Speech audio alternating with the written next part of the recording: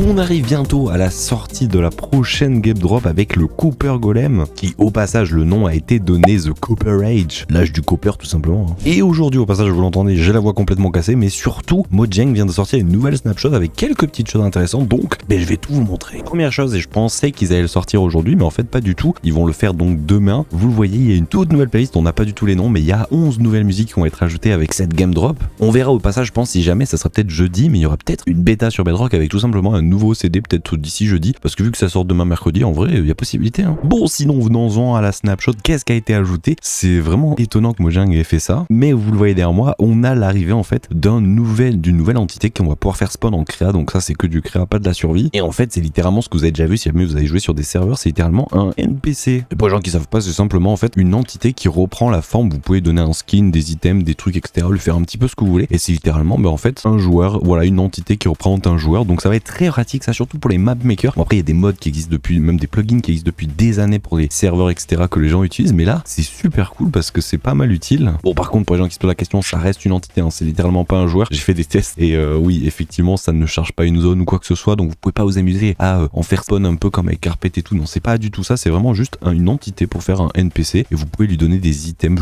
Si j'y pense, je mettrai les commandes que j'ai utilisées pour les faire spawn, mais vous pouvez mettre des armures, vous pouvez changer la main, vous pouvez donner des items dans les mains et vous pouvez même lui faire changer son style. Là j'ai mis le style, je crois que c'est le style wide ou c'est le slim, je confonds sur les deux, mais vous voyez il y a une texture plus ou moins fine ou à l'inverse plus ou moins grosse au niveau des bras. Et bien là vous pouvez vraiment personnaliser comme vous voulez, mettre les skins de base, mettre les skins de d'autres joueurs, moi j'ai mis les miens, vous pouvez même changer la cape et tout, c'est vraiment pas mal. Bon, ça sera vraiment très utile pour les gens qui font du map making, donc tous les créateurs de même de serveurs en fait, pas que les map making. Et c'est cool qu'ils ajoutent des trucs comme ça de base vanilla, comme ça peut-être qu'à un moment donné, dans quelques années, on se passera de pas mal de petits plugins, pas mal de petits mods, et ça c'est cool. Et au passage, pour les gens qui veulent savoir comment on fait, il faut simplement faire un summon et vous avez une nouvelle entité qui s'appelle mannequin. Vous pouvez la mettre où vous voulez et vous pouvez donc après la personnaliser. Je vous mettrai dans la description toutes les petites personnalisations que vous pouvez mettre, mais sinon sur le changelog il y a déjà pas mal de petites informations pour pouvoir les faire spawn. Et je crois que si tu le fais spawn de base, regardez, ça fait spawn un Steve avec des petits bras, c'est bizarre. Et au passage, regardez, ils ont mis en fait au niveau du scoreboard du joueur, c'est un peu sa team NPC, comme ça on les reconnaît. Faut savoir quand on est loin, ça disparaît. Bon, faudra voir si ça c'est possible de le cacher. Je pense que oui, j'ai pas trop fouillé, mais ça peut être pas mal en vrai. Bon, et vous pouvez les tuer si vous voulez aussi.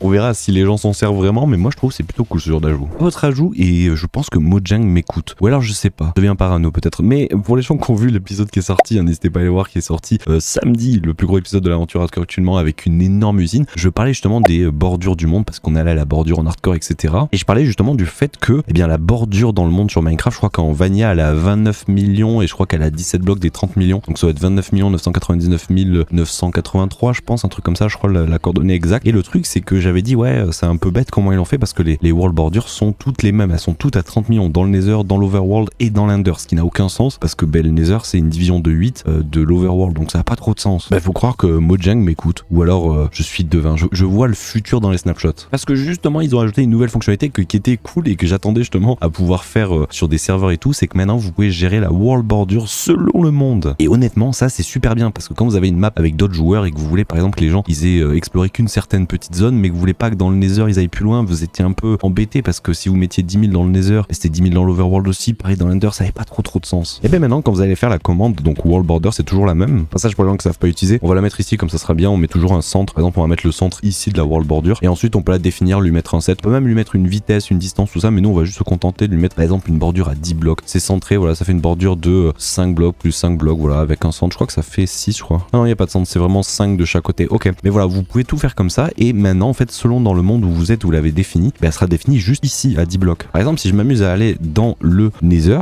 bon déjà vous voyez elle fait pas la même taille ici, mais si je voulais dans le Nether je pourrais en fait la faire la même chose. Sauf que cette fois-ci on va le mettre un centre ici et on va la mettre par exemple à 100 blocs. Vous voyez, vous pouvez vraiment gérer comme vous voulez les bordures. Là vous voyez qu'on garde bien la bordure à 10 blocs dans le Nether, donc ça c'est vraiment cool. Et au passage si jamais vous voulez faire la bordure sans devoir être dans le monde, vous pouvez simplement faire un execute, je sais plus où je l'ai mis, voilà, vous pouvez faire un execute dans le monde, comme ça exécute la commande dans le monde et c'est plus pratique. Et franchement en vrai ça peut être vraiment encore une fois une utilité juste pour les mecs qui font des map making ou des mecs qui gèrent les serveurs, mais ça c'est bien parce que j'en parlais quand on faisait le serveur modé ou sur deux choses, c'est vraiment cool de pouvoir gérer les bordures selon le monde. Enfin ils ont fait ça. Bon, ils ont ajouté d'autres trucs un peu bizarres comme par exemple que maintenant, dites-moi à quoi ça va servir, je sais pas, mais vous pouvez mélanger. Regardez, déjà avant il y avait seulement donc la commande quand vous mettez vos commandes en normal ou en rouge. Maintenant il y a une information jaune. En fait quand c'est en jaune c'est que vous pouvez en fait passer des commandes sur plusieurs touches les mêmes. En fait par exemple je mets un jump sur espace et je mets sprint sur espace par exemple et j'appuie sur espace en avançant évidemment. Regardez, je vais sprinter tout en jumpant. Bon, vous pouvez mélanger des commandes, je vois pas l'intérêt, mais si vous voulez aller à gauche pendant que vous êtes en train de sauter, ben vous pouvez. Je sais pas pourquoi, mais maintenant vous pouvez le faire. Avant, je crois que si tu faisais ça, ça t'enlevait en fait la commande, tu pouvais plus t'en servir, ce qui est un peu bête en fait. Autre changement aussi, par exemple, si vous avez maintenant écrit quelque chose, alors bonjour tous, non bonjour à tous, bien maintenant vous pouvez en double-cliquant sur les mots, les copier directement. Vous voyez, ça sélectionne le mot. Avant qu'on fassiez ça faisait rien du tout en fait. Maintenant vous pouvez en double-cliquant récupérer les informations. Ça c'est cool en vrai. Des petites features d'accessibilité comme ça, j'aimerais bien qu'ils en ajoutent aussi pour les gestions d'inventaire. Genre tu restes appuyé sur Shift, tu fais des scrolls et tout. Ça serait trop bien qu'ils ajoutent plein de trucs comme ça, ce serait vraiment cool. Et dernière réelle petite modification, ils ont changé je crois en item. Et je viens de regarder dans le changelog, c'est aussi au niveau des blocs. Mais tout ce qui est copper, torche, lanterne, ils ont changé les couleurs pour que ce soit plus clair. Alors j'arrive pas à voir. En fait je les ai pas assez utilisés pour savoir si vraiment il y a un changement de fou furieux.